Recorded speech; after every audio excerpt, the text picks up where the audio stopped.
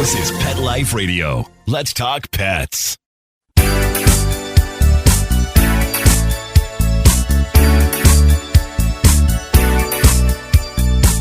Hello! You're listening to Animal Party on Pet Life Radio. And I have so many things to talk about today. From some weather warnings, I hope I get to those. And, okay, my riddle of the day. What is, so far that I've heard, one of the best uses for 3D printing that I could think of? What do you think that is? A 3D printer that somehow has something to do with animals. It's pretty cool, actually. At first I was skeptical, and I thought, well, why would anyone bother? And then I saw the results, and I thought, well, yes, now you have something that's worth using a 3D printer to make. Okay, well, more on that later. So if you walk into a yard because you're hired to come deal with the dog, and the dog's supposed to be super friendly, and the dog is a giant Airedale, and the dog is a puppy, and it's on a leash, and you come in the yard and it's barking its head off, but it's an Airedale puppy, and you know they've hired you just to make it less rude. It's not a problem. But as you're approaching, you get surrounded by some other dogs who aren't Airedales. They're pit bulls. And the guy in the back is saying, come on through. But the pit bulls are saying, stay right there. What do you do? Well, what I did was I ignored the man completely and listened to the dogs, and I did not get bit. And I did train the Airedale. I did talk to him. I did get him to be polite, and I showed the people what to do. Right there at their premise where the dog jumps on all the people. And it was a good meeting, but sometimes you got to override the human directions. Just because somebody says to you, it's okay, he's friendly. If the dog looks like he wants to take a piece out of your leg, stop. You don't need to believe that person. I mean, maybe the dog's friendly sometimes, or maybe the dog's picking up something on you. I had just been around a female about to give birth, and I knew I smelt a little bit odd, and I didn't want to chance it. Plus, who am I coming into their yard, and who is he? Maybe he has no authority. Maybe they don't respect him at all. So the fact that he said I could come in doesn't mean a thing to them. They're saying, back up, lady. And the Airedale's saying, come on over. I love you. I'm going to jump on you. Of course, I see my student, but but I can't get to him because he's surrounded. So anyway, it all turned out very well. I just made friends with the pit bulls first, and they figured out that I wasn't there for trouble, and they sniffed my boots, and they sniffed my legs, and they surrounded me, and eventually they started wagging and wagging and wagging, and then the actual owner of the dog came out, a woman, and then everybody relaxed. So really, the guy had no status, and he had no business telling me it was safe, because it probably wasn't. Okay. So, and not to blame the pit bulls either. They're just doing their job. Why would a strange woman be allowed to come right in and go toward the weakest member of the pack, the adolescent goofball who doesn't know anything? Why? Why would that be okay on their watch? When there's all kinds of equipment and things that could be stolen? No. I mean, they're just doing their job. It's the guy who needs a good shake, good smack with a newspaper, which is something I'd never do to a dog, by the way. All right, so here's something else I talked to you about a while back where a boy was killed, and he was just a young man, young boy, tween kid on his bicycle, riding in his neighborhood, and these dogs chased him down, and they hurt him bad, and they killed him. It was horrible. And it turns out more and more facts are coming to bear, right? And so at first it was, well, there's never been anything, and we don't know, it was random, and it was so unexpected. Well, now some of the facts are showing that these three dogs had already together chased and killed a cat, and they had already together chased and killed a small dog. So that tells me a couple things. First of all, they're packing up, and they're not supervised, and they're aggressive to kill a cat. Now, maybe the cat was trespassing in their yard. Okay, maybe. But the small dog probably wasn't. So why did they kill that small dog? And if there are 2 strikes on these 3 dogs, why are they given access to where kids ride by on their bicycles? So we all got to do more to crack down on these bad owners, because it's really not fair. These dogs were set up to fail, and that poor boy didn't have a chance. So We all got to be better about training our dogs and getting our dogs used to kids. And if our dogs are reacting to rollerbladers or walkers or scooters or cyclists or anything, it doesn't matter what it is. Get that dog on a leash and teach it that that thing is normal and not to be reacted to. So he's not going to attack some old lady in a scooter or some old man with a walker or some kid on one of those silent scooter things. Don't even know what you call them. They're pretty cool. I've never been on one, but I'm kind of tempted. But they're so quiet that you don't even see them coming, and they go whipping through parking lots and such. So a dog could easily be startled by that. You need to get them out and about and around, all this stuff. So they're really social, and they like people, and they trust people, and they listen well. It's so important. Don't worry that they won't protect your house if you do that. They'll still protect your house. Don't worry that they won't protect your stuff or your yard. They still will. You're just teaching them that walkers aren't the threat. Scooters aren't the threat. Bicycles aren't the threat. And kids under 16 absolutely are not the threat. Come on, people. All right. So some good news.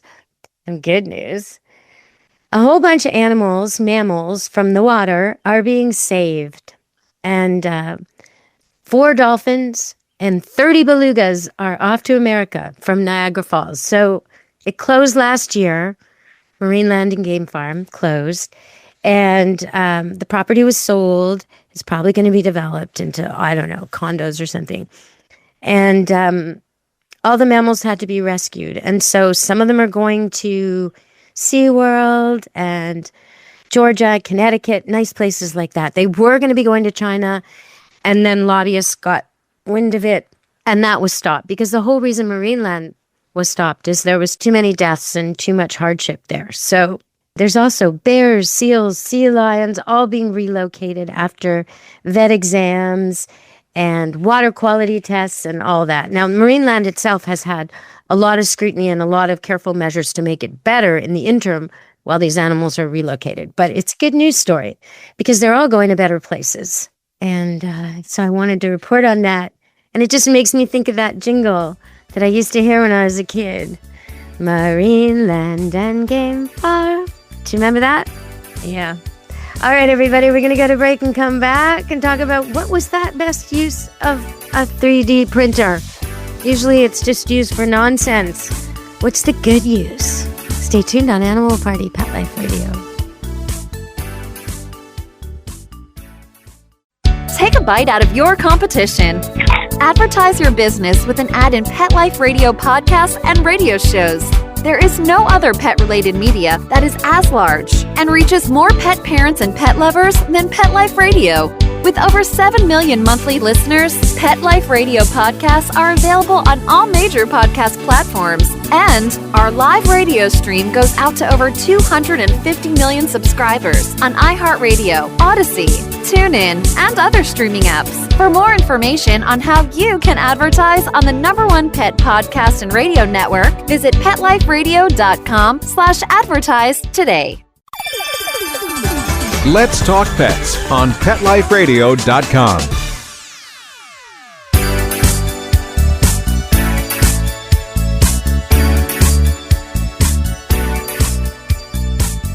Hello!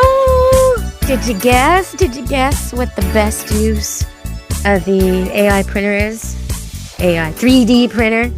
Yes. Well, it involved AI and it involved 3D and it involved several experts, but they made a little kind of, sort of like a canine cart, sort of like a wheelchair, a 2-wheeled contraption that attaches to the back of this little injured critter so it can now motor around like it used to.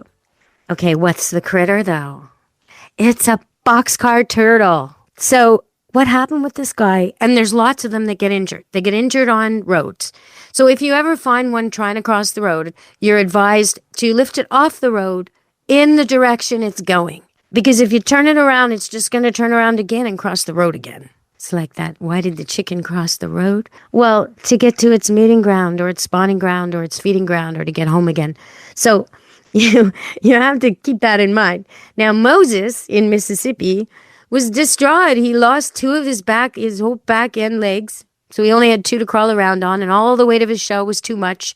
And they tried gluing marbles to the back so he could slide better, but he just wasn't into it. He would just sit around mopey. And they could tell when they took him outside, he wanted to move, but he couldn't move. He just couldn't drag that weight. So they attached this weird-looking 3D plastic wheelchair that sort of looks like something you'd get in a cereal box. Honestly, it's so tiny. And they attached it to the back of him, and at first he hated it. He tried to get out of it, which I find is an interesting fact, because once they kind of kept putting it on him, and this is the same with a dog in a wheelchair, he learned, and that's a really good word for it, he learned that it helped him, and he stopped trying to get out of it, and now he loves it. And that's what happens with a dog or a cat. So you can't tell me they don't have intelligence if they can learn something like that. And there's all kinds of implications for people. They're using these 3D printers to print all kinds of things that help people who've lost limbs or need help with mobility. And so I think that's terrific. Best use I know of for 3D printing right there. Now, AI's been in the news a lot.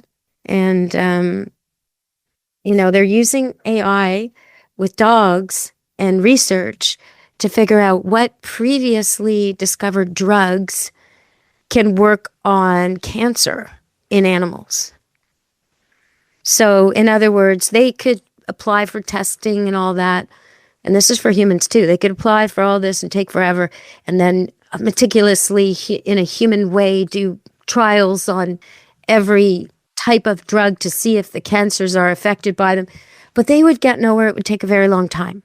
Whereas AI can do, I guess it's theoretical tests, and they can test so many drugs that we know are beneficial, now test them on different cancers. So they take actual samples of the cancers, and then they test these drugs in a theoretical way, and they are able to come up with suggestions about what might work the best to minimize how many trials we actually have to do to get to a successful drug.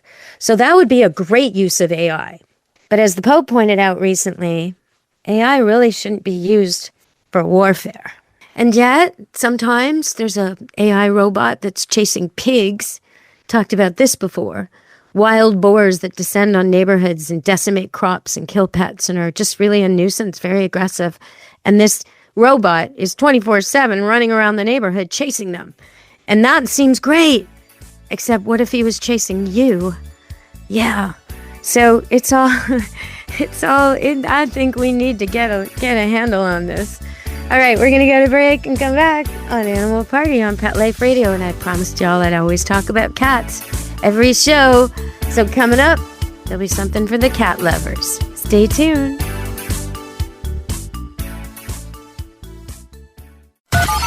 Talk to the paw. Hi, this is Amy Shore. Hi, I'm Jane Lynch. This is Mandy Moore. Hi there, I'm Kate Walsh. This is Catherine Heigl. There's only one station that gives you the scoop on wagging tongues and tails. And who's walking who in Renton and Tinseltown. Pet Life Radio, the tail wagger. Let's talk pets Let's talk pets on Pet Life Radio. Pet Life Radio. PetLifeRadio.com.